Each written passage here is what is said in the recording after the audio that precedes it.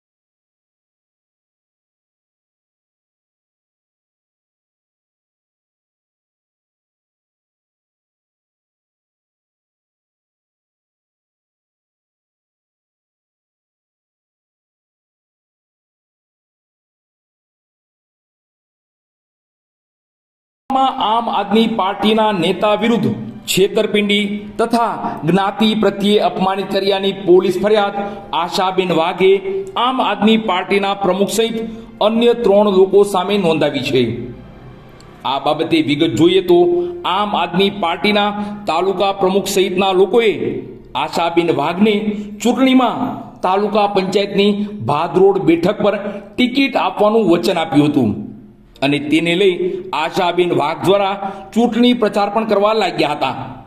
જોકે આ ચૂંટણી પ્રચારમાં આશાબેન વાઘે ખર્ચો પણ ઘણો કરી નાખ્યો હતો, પણ પાછળથી આમ આદમી પાર્ટીના નેતા અને અન્ય લોકોએ આશાબેન વાઘ સાથે રાજકીય કાવતરું, વિશ્વાસઘાત અને જ્ઞાતિ વિશે અપમાનિત કર્યા છે તેવી ફરિયાદ આશાબેન વાઘે નોંધાવી છે। ત્યારે ફરિયાદી આશાબેન વાઘ શું કહે છે તે જોઈએ। નમસ્કાર, મારું નામ છે વાઘ આશા નિખિલભાઈ અને આમ આદમી પાર્ટીમાં મને ભાદરોડ ગામની ઉમેદવાર અને મહુવા તાલુકા પંચાયતની સીટ એવી રીતે જાહેર કરી હતી, જે અરવિંદભાઈ વાઘ ભાદરોડ ગામના છે તેમને અને રાજેન્દ્રભાઈ બારૈયા આમ આદમી પાર્ટીના પ્રમુખ અને બીજરાજસિંહ દિલ્હી વાળા અરવિંદભાઈ વાઘ છે એમણે મને કીધેલું કે તમે આમ આદમી પાર્ટીના ઉમેદવાર તરીકે ઉભા રહ્યો, જે તમે સારા કામો કરશો લોકોના અને અમે તમારી સાથે છીએ, તમને ટિકિટ કન્ફર્મ મળી જવાની છે। ને સામેવાળા જે કાંઈ છે એ મારા મિત્ર છે રાજેન્દ્રભાઈ બારૈયા। એવી રીતે રાજેન્દ્રભાઈએ પણ મને ફૂલ બાહેંધરી આપેલી હતી કે બેન તમારી ટિકિટ કન્ફર્મ છે, તમે ઉભા રહી જાઓ પાર્ટીમાં અને તમે સારા ઉમેદવાર છો અને આ બધી જવાબદારી મારી છે ટિકિટ તમને અપાવવાની। અને એવી જ રીતે દિલ્હીથી બ્રિજરાજસિંહ એમણે પણ કીધેલું હતું કે બેન આ ટિકિટ તમને મળી ગઈ કન્ફર્મ, તમે પ્રચાર ચાલુ કરી દો। એવી જ રીતે મેં ભાદરોડ ગામમાં ડોર ટુ ડોર પ્રચાર ચાલુ કરી દીધો હતો, જે મેં 2 થી 3 જણાને લઈ અને એટલું મેં પેટ્રોલ વાળ્યું ગાડી, અમે એટલા હેરાન થઈ ગયા અને ઘેરે ઘેરે મેં ડોર ટુ ડોર પ્રચાર ચાલુ કરી દીધો। અને જ્યારે જાહેરનામામાં મારું નામ ન આવ્યું ત્યારે મને ખબર પડી કે મારું નામ ટિકિટમાં નથી આવ્યું અને જાહેરનામામાં નામ આવ્યું છે છાપરીથી હંસાબેન અશોકભાઈ કાતરિયા, જેમને મને પૂરેપૂરો શક છે કે એ લોકોએ રૂપિયા 5 લાખ વાયદો આપી અને ટિકિટ ખરીદી હોય એવું મને લાગી રહ્યું છે। જે પાછલા 2 દિવસ પછી મારા ઘરે 6 તારીખનું હવન હતું, એમાં વ્યક્તિઓ આવેલા હતા, મારા સમાજના સગા સંબંધીઓ બધા વાતો કરવા લાગ્યા કે આ ટિકિટ તમારી ત્યાં કપાણેલી છે બેન, જ્યાં એ લોકોએ પૈસાનો વહીવટ કરી લીધેલો હતો। પછી તો ભાઈ એ લોકોએ અમને ઘરે આવી અને ધમકી આપી ગયા હતા। જે 5 તારીખના અશોકભાઈ કાતરિયા મારા ઘરે આવ્યા હતા અને એ એવું કહી કેતા હતા કે અમે તમારા ઘરે સમાધાન કરવા માટે આવીએ છીએ, ફોર્મ પાછું ખેંચવાનું છે, તું મારી બેન છો, એવી રીતે અમે આવી છે। મને ફોન નતો કર્યો, અરવિંદભાઈ વાઘને ફોન કરેલો અને એમને લઈને એ આવેલા અને આવેલા મને સમાધાન કે ટિકિટ પાછી ખેંચવા માટે નહોતા આવેલા, પણ એ મને બ્લેકમેલ કરી અને ફરિયાદ ન કરું, આગળની કાર્યવાહી ન કરું અને ચૂંટણીમાં હું ઊભી ન રહું એ માટે મને ફોર્સ કરવા માટે આવેલા. અને ત્યારે એને એમ કીધું કે તારા બાપનું ગામ નથી, ચૂંટણી તો હું લડીશ અને ટિકિટ તો મને મળશે.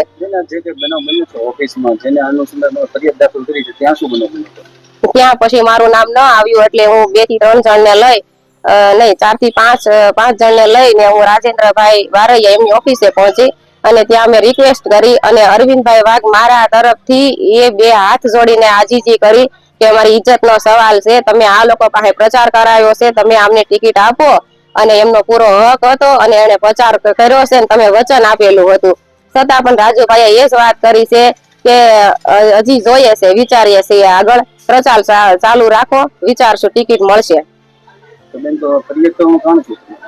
બસ ફરિયાદ કરવાનું મારું એ જ કારણ કે રાજેન્દ્રભાઈએ મને એ રીતે શબ્દો બોલ્યા કે અમે મારવાય બેઠા છીએ અને મરવાય બેઠા છીએ, ટિકિટ મળશે તો કદાચ મળશે અને હવે કાંઈ એટલું બધું નક્કી નથી. છતાં એ મને ફોનમાં હજી સુધી એમ જ કહેતા હતા કે બેન મળી જશે, તમે પ્રચાર ચાલુ રાખો, બેન મળી જશે. હજી ફોર્મ ભરવાની તારીખ આવી ગઈ છતાં હજી મને ટિકિટ કન્ફર્મ મળી નથી. અને પછી વચ્ચે એવું બન્યું કે રાજેન્દ્રભાઈ એવું બોલ્યા કે જે કાંઈ ખર્ચો, પેલા એવું બોલ્યા કે ખર્ચો પાર્ટી આપશે ને પછી એને એમ કીધું કે ખર્ચો જે કાંઈ થશે તમારામાં સત્તા હોય તો ઉભા રહેજો. હું મારી ઇજ્જતને ખાતર ખર્ચો કરવા તૈયાર થઈ ગઈ હતી, પણ એ લોકોએ મારી કદર ન કરી અને આ ખર્ચો મેં મારા ઘરે મેં 1,28,000 નું પેમેન્ટ તૈયાર રાખ્યું હતું અને મેં મારા પોસ્ટરો છપાવવાનું પણ નક્કી કરી નાખ્યું હતું, ફોટા પણ પડાવી લીધા હતા અને જે કાંઈ ખર્ચો હું કરીશ એવી મેં એને બાહેંધરી આપેલી હતી. ફરિયાદ કોની સામે નોંધાઈ છે તેની વાત કરીએ. રાજેન્દ્રભાઈ બીજલભાઈ બારિયા, તાલુકા પ્રમુખ આમ આદમી પાર્ટી. બ્રિજરાજસિંહ, નેતા આમ આદમી પાર્ટી. અશોકભાઈ મંગાભાઈ કાતરિયા, હંસાબેન અશોકભાઈ કાતરિયા. તેની સામે આશાબેન વાઘે પોલીસ ફરિયાદ નોંધાવી છે. તો ફરિયાદીની ફરિયાદના આધારે પોલીસ વિભાગ દ્વારા કયા અધિકારી તપાસ કરશે, કઈ કલમ મુજબ તપાસ થશે, તેને લઈ પોલીસ અધિકારી શું કહે છે તે જોઈએ. ગઈકાલે ફરિયાદી બેન આશાબેન નિખિલભાઈ હિંમતભાઈ વાઘ નાઓએ અત્રે મહુવા પોલીસ સ્ટેશન ખાતે આવીને એક ફરિયાદ રજૂઆત આપેલી, જેમાં તેઓએ આપ પક્ષમાં પોતાની ટિકિટ આપનાર છે અને આપવાનું વચન આપેલું છે એવા રાજેન્દ્રભાઈ બીજલભાઈ બારૈયા વિરુદ્ધ તેમજ બ્રિજરાજસિંહ નેતા છે આમ આદમી પાર્ટીના એમના વિરુદ્ધ તેમજ અશોકભાઈ મંગાભાઈ કાતરિયા અને હંસાબેન અશોકભાઈ કાતરિયા વિરુદ્ધ ફરિયાદ આપેલ છે.